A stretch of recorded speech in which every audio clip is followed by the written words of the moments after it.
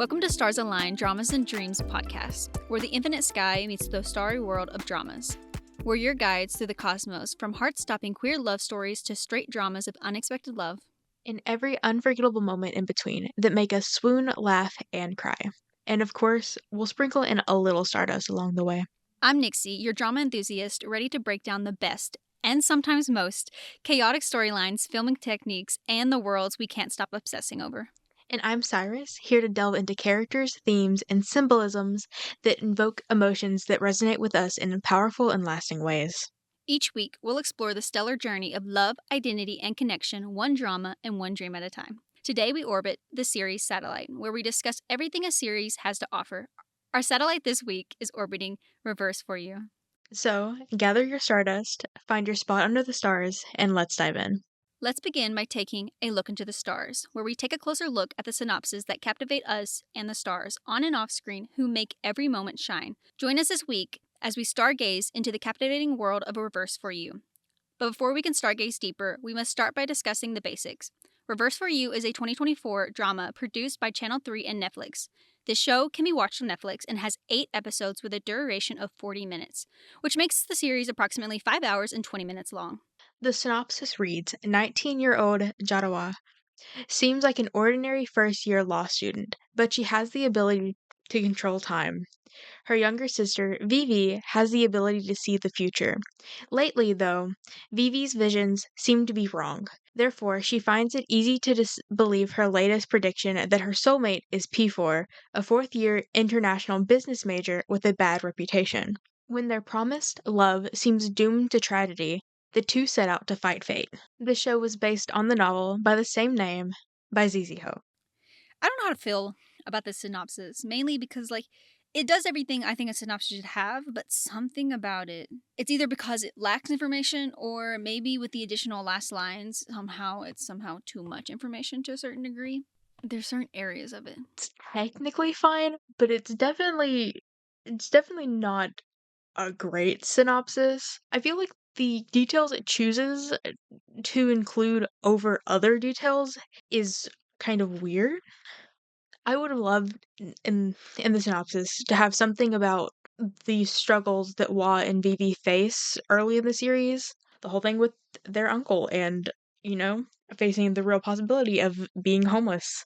Or including to just introduce Four as a business major with a bad reputation versus, the storyline she has throughout the series about her family troubles and what she's trying to do to help her family, specifically her grandmother. Just the details it chose to present versus the details it chose to leave out. Kind of weird.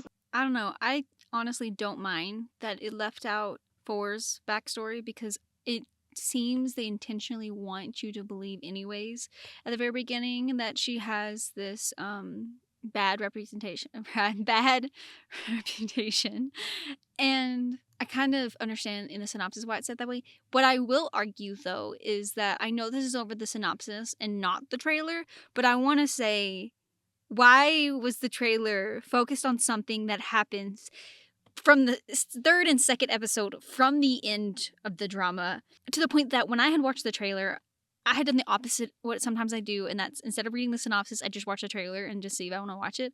And I watched the trailer thinking we were going to be focused heavily on the situation that happens at the end of the drama with the sister, with Vivi and her death. But, that's not what we ended up getting. I don't know. That didn't even happen until later on. I was shocked at how long it took to get there. But at the same time, that's not something that needed to be brought up in the synopsis. Just I don't think it should have been brought up in the trailer to a certain degree, at least not that early. Most trailers are usually presented to show more of the earlier sides of what's supposed to happen. Same with synopsises versus what's happening later on. I think there's most of the time it's 90, I was actually no, more like 70 to 90% of a trailer is almost always the beginning half of a drama. Yeah. And maybe there's a sprinkle here and there of some very late ending scenes. I don't know. I think it's still captivating enough. Maybe that's why they chose to do it the way they did, and the words they chose for the synopsis, in order to make draw people's attention to watch it. But I don't know. I if we're gonna critique it, I'm gonna say it's a mediocre synopsis. I'll say hardly anyone watched it.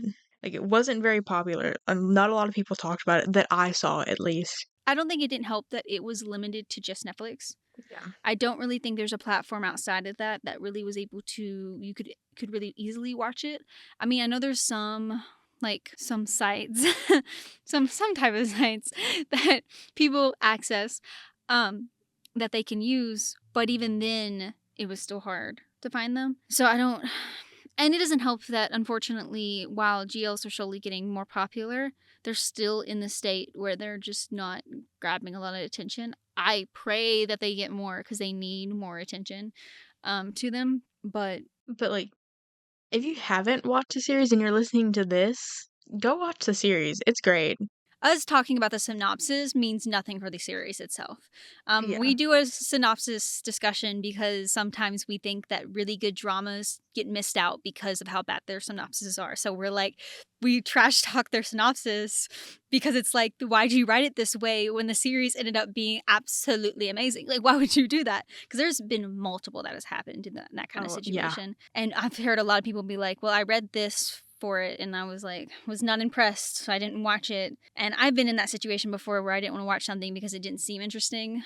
But I've learned multiple times over and over that sometimes a series isn't going to sound interesting through a synopsis. And if you trust the process and you're like, you know what, I have a feeling this is going to be good, and then you watch it, you almost never get let down because sometimes you do. But in most cases, you don't. I feel like actually, now that I say that, I feel like a lot of the times, sometimes the well-written synopsises end up being let down.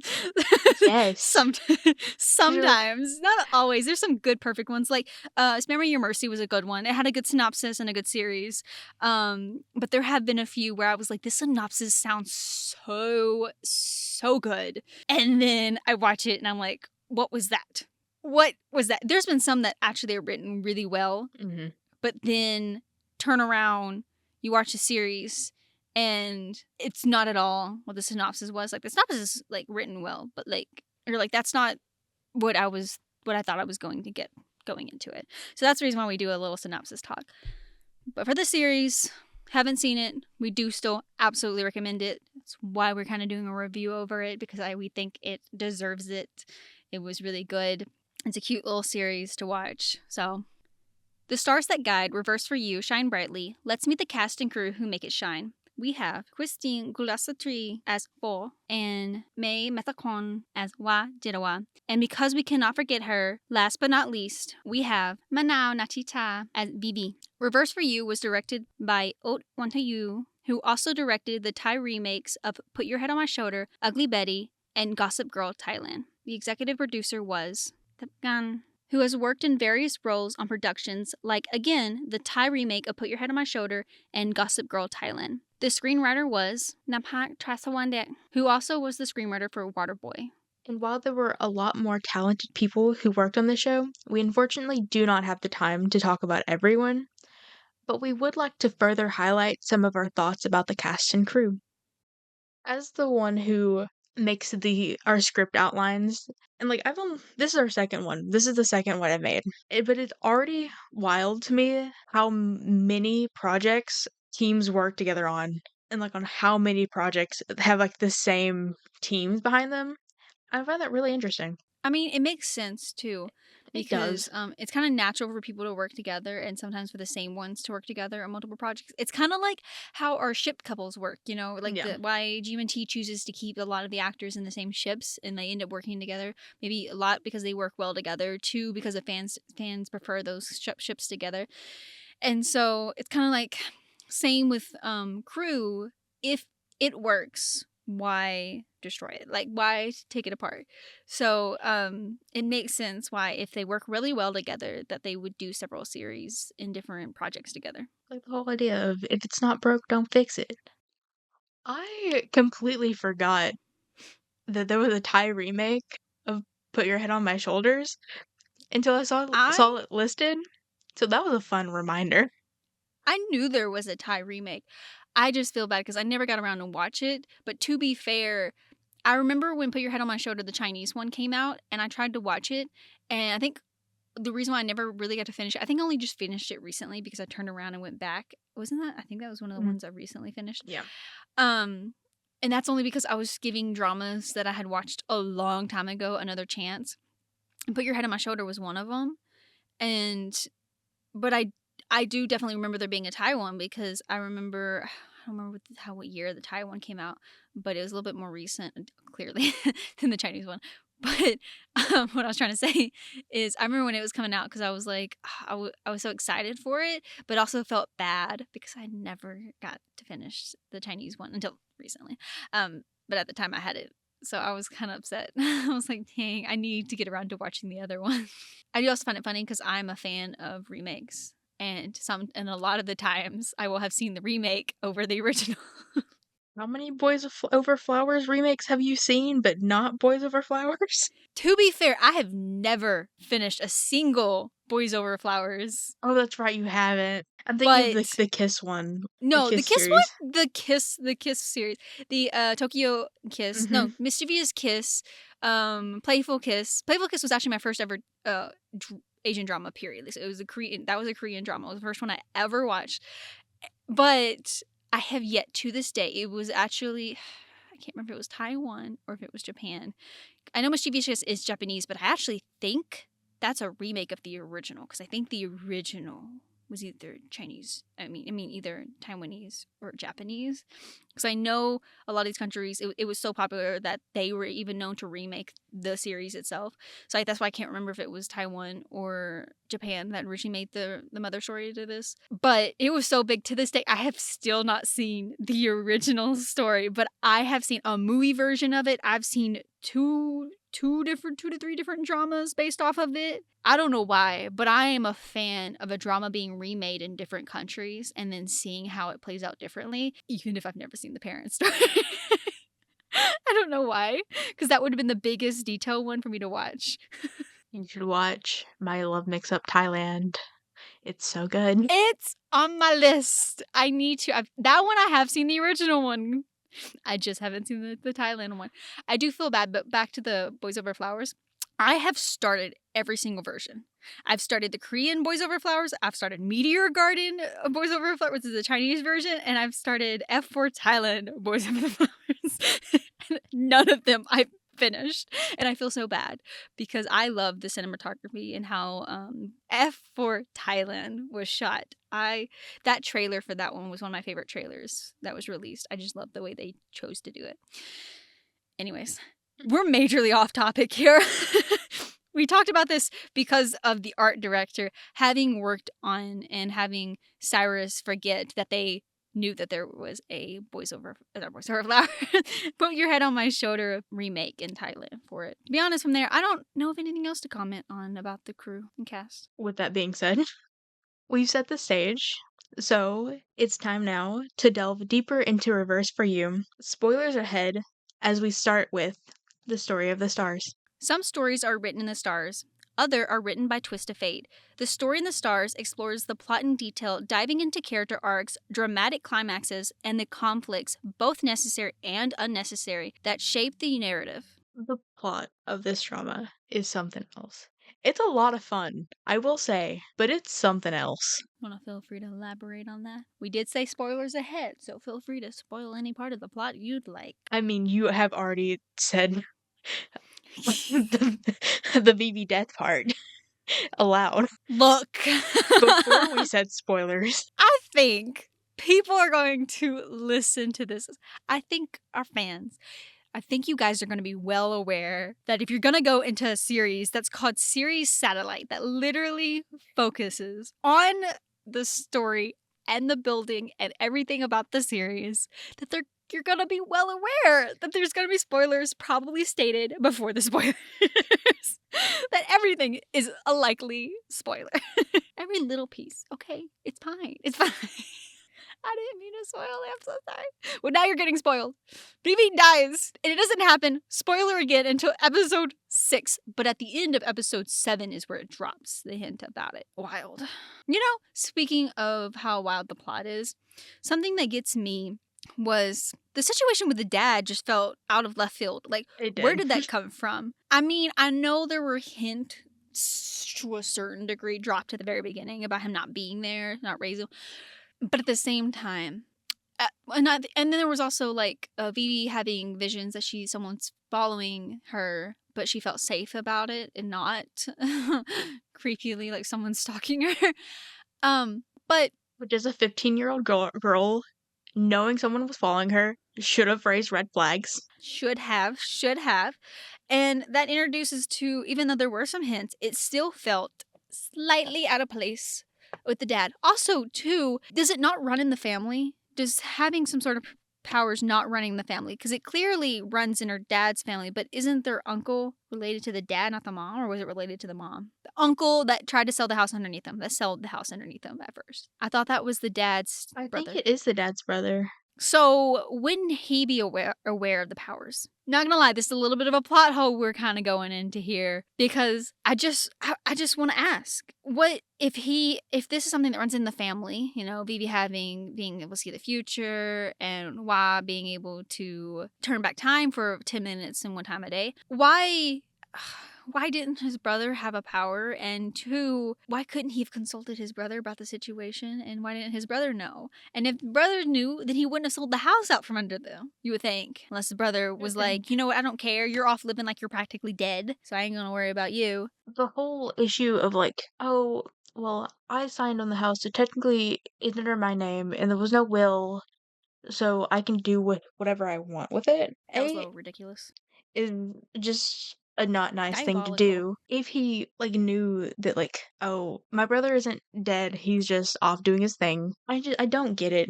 That's actually a plot hole, like I said just recently, just now, that I didn't even think about until we started talking about this. Honestly, same.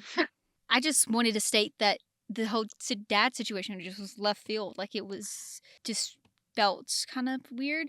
But now that I just talk about it, it's kind of like, what's up with the family's inheritance of these hmm powers? Like, how does that work? Oh, does only one of them inherit it? So that's why the uncle doesn't know anything?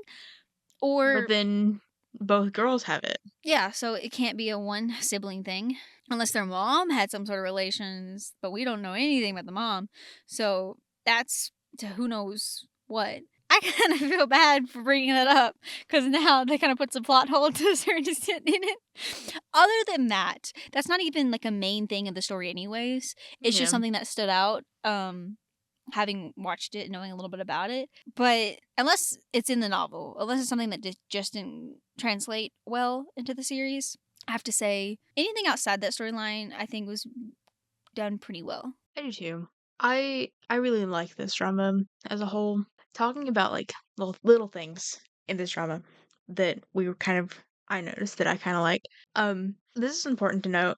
I watched this show. I binged it the day it finished airing, and so when we talked about doing this show as an episode, I binged it again to take notes on it, and I didn't clock it the first time, but on the second time I watched the show, in episode 2, kind of in the background, as Wa is going to ask if she can use the courtyard for the little keys party. You remember?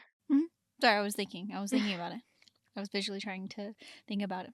Like, Four's friends are talking about the Johnny Kim event and the fact that one of the friends was going to go with Four, and that's wild. You're right, because she ends up going with one of her friends later on when In the new Y and timeline. Ford choose to not know each other. Mhm, Well, Y knows her, but Ford doesn't, and she ends up still appearing there. mhm, Oh my god! and, I like wouldn't have caught that because I didn't know, but when I first watched it, oh my god! But you're right, because she does end up going with one of the friends. and, like That's wild. and the reason why she doesn't in the first timeline is because she gives Vivi her ticket as a birthday present, Mm, and I'm like, "That I liked that." I like how it doesn't seem like a big deal at the time, and then it's very subtle. it's very subtle. It's in the background, but it was very nice, and I as soon as I caught it the second time, I was like, "Oh, that's great." Having explored the story of the stars, let's shine a light on uncharted elements where new stars await. By exploring uncharted elements, we highlight the unique aspects of this show, the bold twist, fresh ideas, and defining features that set it apart. One thing about this drama is that I personally am not a huge fan of storylines that involve manipulation, time travel. I just think it can get real muddy real fast. Um, but I really like how the powers were portrayed in the show. I like the limitations that especially Wa has with hers, like being only able to go back 10 minutes only once a day. Because like it creates this sense of tension and like adds stakes to the narrative that feel balanced instead of making her like overpowerful. Though, speaking of her limitations, um, this is something I am gonna ask. I don't know if this will be another negative look, but it's interesting to me that she has limitations on her abilities to go back in time, which is like 10 minutes, only once a day. But her dad appears to be Yeah. able to go back in time at any point in time, as many times as he can until he dies, um, until he ages. Um, because apparently, I guess his limitation is just he ages. He doesn't go back. Who knows? I wonder if Y is able to turn back age wise, unlike her dad, because she doesn't seem to age really, other than mentally, because she remembers all of it. Which if we're pointing out little plot things, like why is this time the only time that she goes back and remembers? Yes, that was another thought I had too. Was why was it that she she was the only one that remembered. Like he said, they had gone back in time. He had done it multiple times to keep Vivi alive, and she dies Dies every every time, time. So young. every single time. So why is it he's done that so many times, but on the last try he gets before he dies, he goes back, and all of a sudden Y remembers everything that happened in the 4 year span, or well, not 4 years, 10 year span. It was 10, right? Mhm.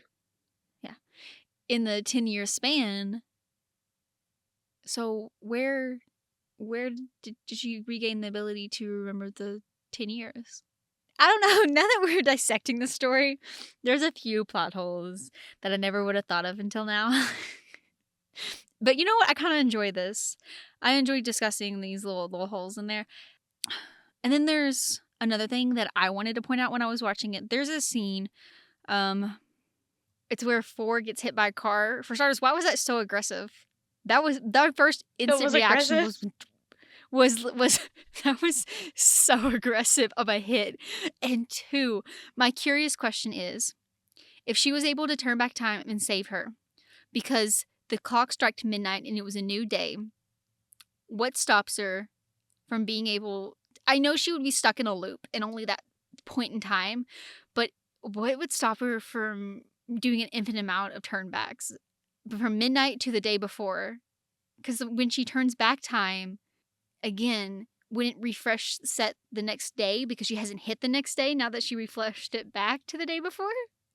Not talking about the moment where Ford dies, but I meant like in a later date. And she was like, you know what? Let's do multiple dates and like as multiple times as we want for 10 minutes for a little bit before midnight. And then every time we hit midnight, we'll go back and do it again. And if I hit, and if I hit. You know what I'm saying? It's just a curious thought I had when I saw that scene. And I was like, so does she have technically an infinite ability if she chooses to just turn back time after, like literally the moment after midnight? Because I wouldn't know if her power would be aware that she stole the one before, or would it not know because a new set in time has switched. And this is what I meant where time manipulation and time travel gets messy. I'm not a fan either of time travel and stuff. Like, I'll watch stuff with time travel stuff, but I've got some choice opinions about time traveling. And I know very well Cyrus knows what I'm talking about, but I'm not going to go in depth about that because that's a different story. And that's an opinion thing because everyone has a different opinion about time travel because time travel is presented in multiple ways and it is Mhm. presented in one particular way that to me has never made sense. And so, like you said, can get very muddy at certain times. Therefore, I think there's only ever been one show that I've watched that had time travel that made sense. That actually made sense to what happened. Surprising that was a Korean BL. I was shocked by it because I think there could have still been plot holes even in that one, but the overall issue I have with time travel was solved in that one, and I was like, thank you. Yeah. Time travel, anything like that, with dealing with, with time loops and stuff like that is a little tricky, a little muddy. You really have to think deeply about what's happening if you're the writer, if you're the creator of the whole world that you're writing for or that, being made.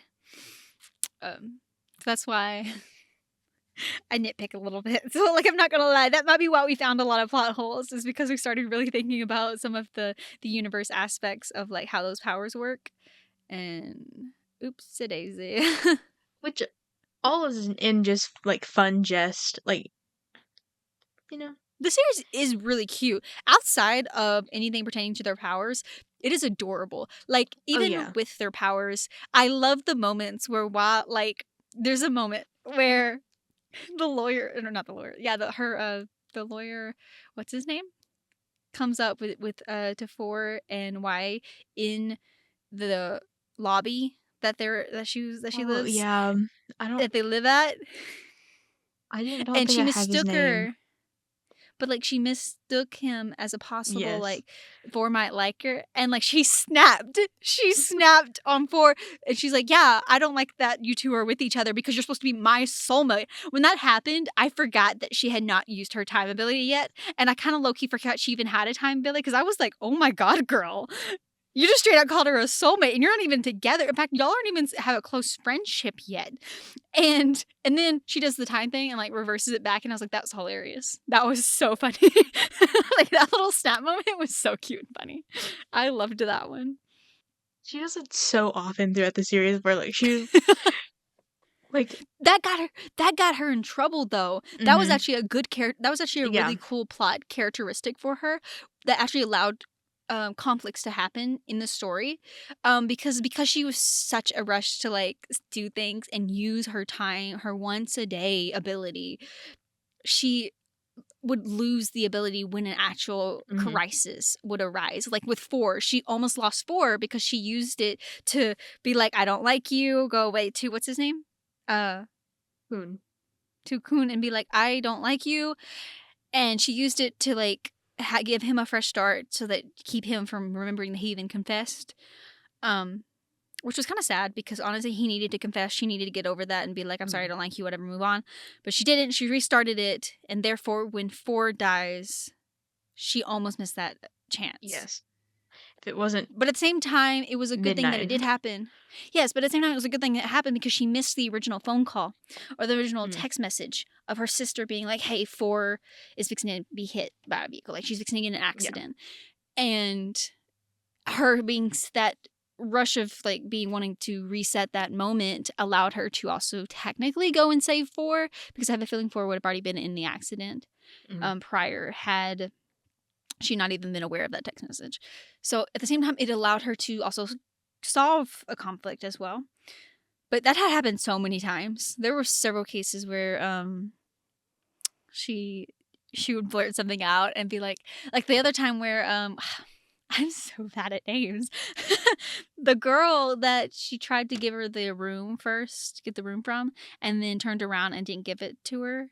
The one that hated 4. A key. Key. Mm.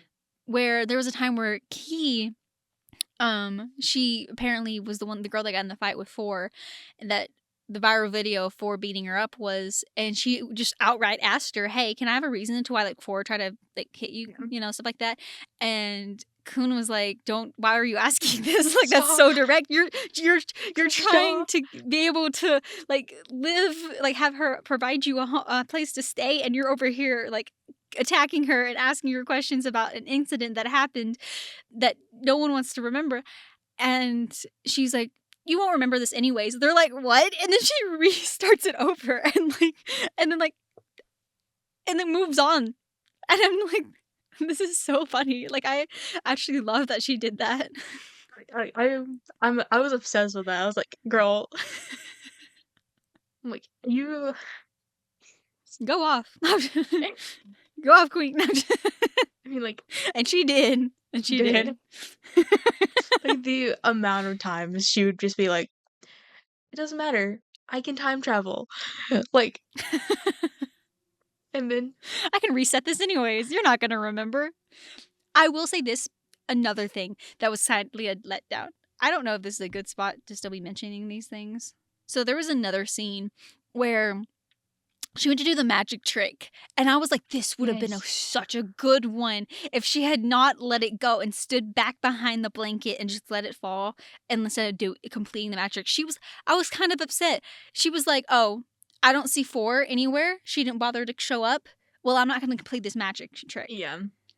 I was so devastated by that. I was like, I get why character wise. Like, even though I was personally saddened and upset by her not completing the magic trick the way it was supposed to be completed, with her using her abilities to appear in a different spot, but by freezing time essentially. But I will say, character wise, it was very fitting Mhm. because it made sense. It was just kind of disappointing. It was just kind of disappointing. I wanted to see people's reactions. Okay, I wanted people to be like, "Oh my god!" Also, Like her her friend being let down by yeah, by he that was not like, "This is working, gonna then be great." And then just it get ended up the, not. "Oh." Kind of like switching from focusing on Watt to Vivi. I genuinely like wish they would have like had more like limitations and drawbacks to Vivi's powers because the like in the synopsis it says about how like her visions have like been wrong, but they haven't. Like they weren't. They were just further in the future. And like that pulls back the entire thing of like her like the limitations to her power. Just like I wish they would have Maybe her had. limitations. Maybe her limitation is that she doesn't know at what point in time. Yeah, but like I mean, I wish there was more.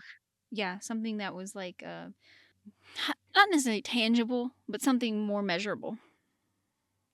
We've journeyed through the story in the stars and its uncharted elements, but let's explore character constellations for one last perspective. By mapping out character constellations, we chart the growth of our favorite characters, exploring how they shine brighter over time, evolve, and form unique constellations with the characters around them. Every single relationship in this series is so darn cute. I love Especially with the 3 main ones. yes. Like I adore the sibling relationship between Wa and Vivi. It's so cute. But maybe even more than that, I love the relationship that Four built with Vivi. I think it's Hmm. so cute. It doesn't last long, but it's so cute. No, it does not last long because she loses BB for a while there. And blames But herself for it. she felt for it. She felt bad for it. Mhm. Like truly did feel like she had already tried to build a bond with BB because of being in a relationship with Wa. So I know it had to traumatize her when she found out the real reason behind Vivi's death Yeah.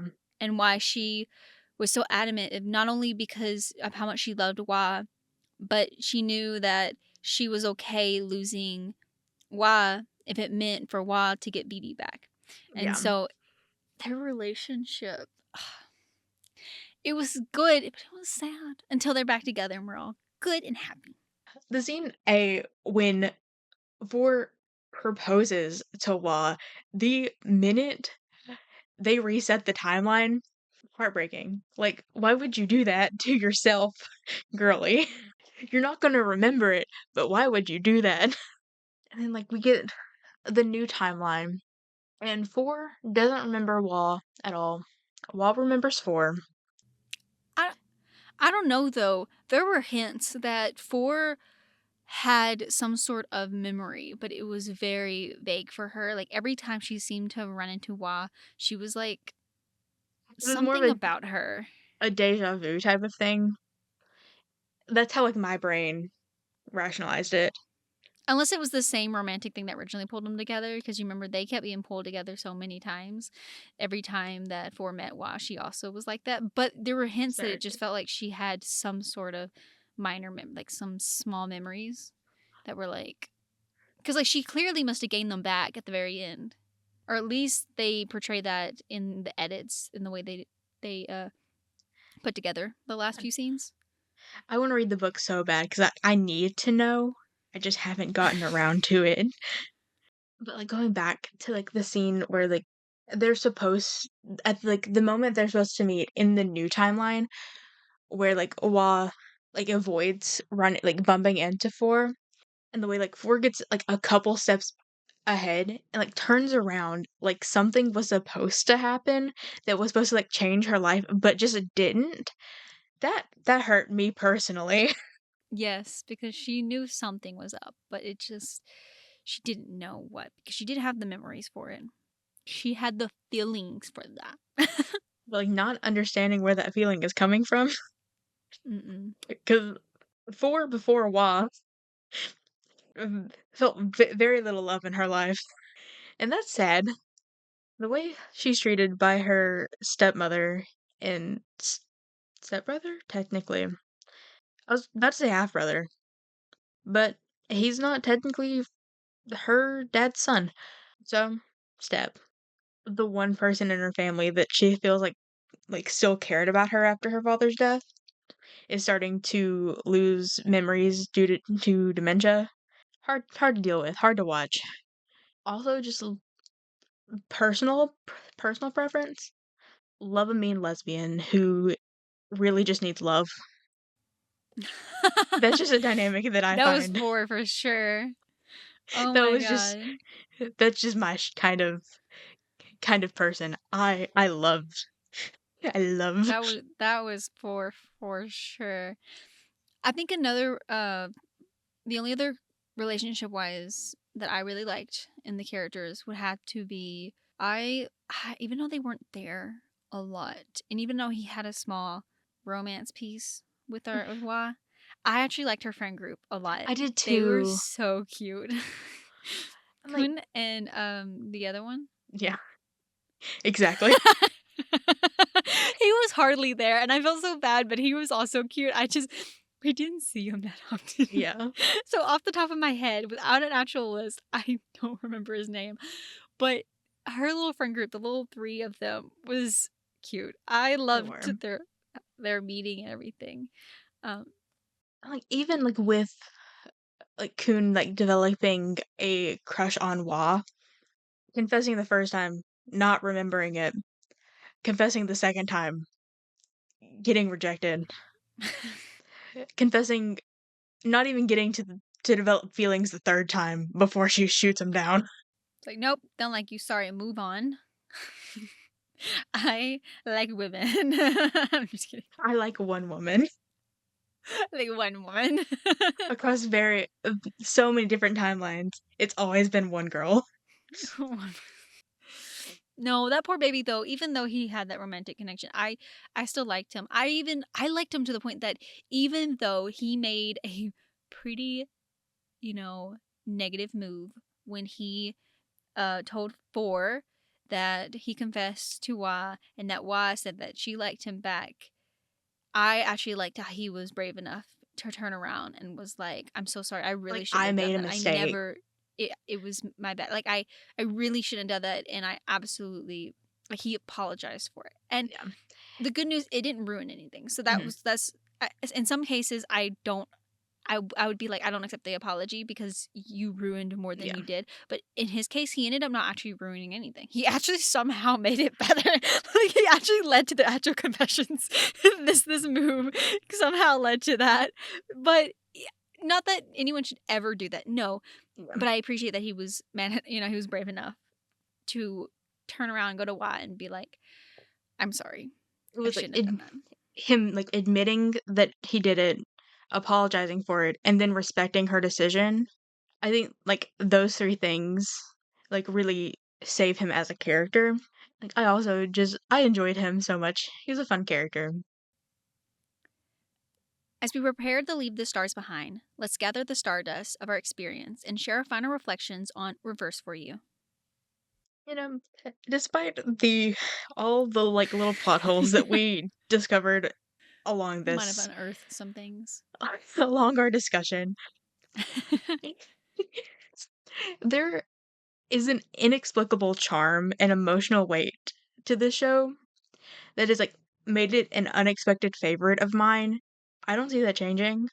It's just Sometimes I don't think a show needs to be perfect. I absolutely yeah. don't believe a show needs to be perfect to be to be a favorite, because I have several shows that I know other people didn't like because maybe they thought it was boring or maybe they didn't think that it was well done, that I absolutely loved because it was my preference. So I think that's one of the cases for this series, is that it it something about it is just still so lovable.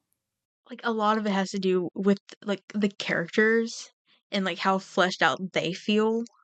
Minus the plot holes. But Minus that plot was because holes. of their fantasy aspect. The fantasy part was where it kind of got And you know, a little. we have discovered they could have benefited from a few more episodes or a little bit longer episode duration. Maybe that would have fixed some of the pacing issues. Maybe would have allowed to smooth out some plot holes. It's still a very fun show. It's very cute. All in all, I think if you're looking forward to a GL to watch, to add to your list, I definitely would recommend Reverse for You. I think it's a really lighthearted series that, while it has some dramatic moments, like with Vivi and even Four, in their deaths and their father's death, I know I said lighthearted, but hear me out. It's still really cute of a series, and I think regardless of those plot holes, it's a really interesting. It's still a very intriguing series to watch. As our orbit comes to a close, we thank you for joining this episode of the Stars Align Dramas and Dreams podcast, where we meet amongst the stars that illuminate the love stories that light up our universe and connect us all. If you enjoyed this episode, don't forget to like, follow, and subscribe. And please share your thoughts and start us with us. We'd love to hear your comments, favorite moments, or suggestions for what we should explore next. You can connect with us in the comments or through our socials, as well as our email that are linked in the description. Let's keep the conversation going under the stars. Until next time, keep dreaming, keep listening, and remember, love always shines brightest under the cosmos. Bye. Bye.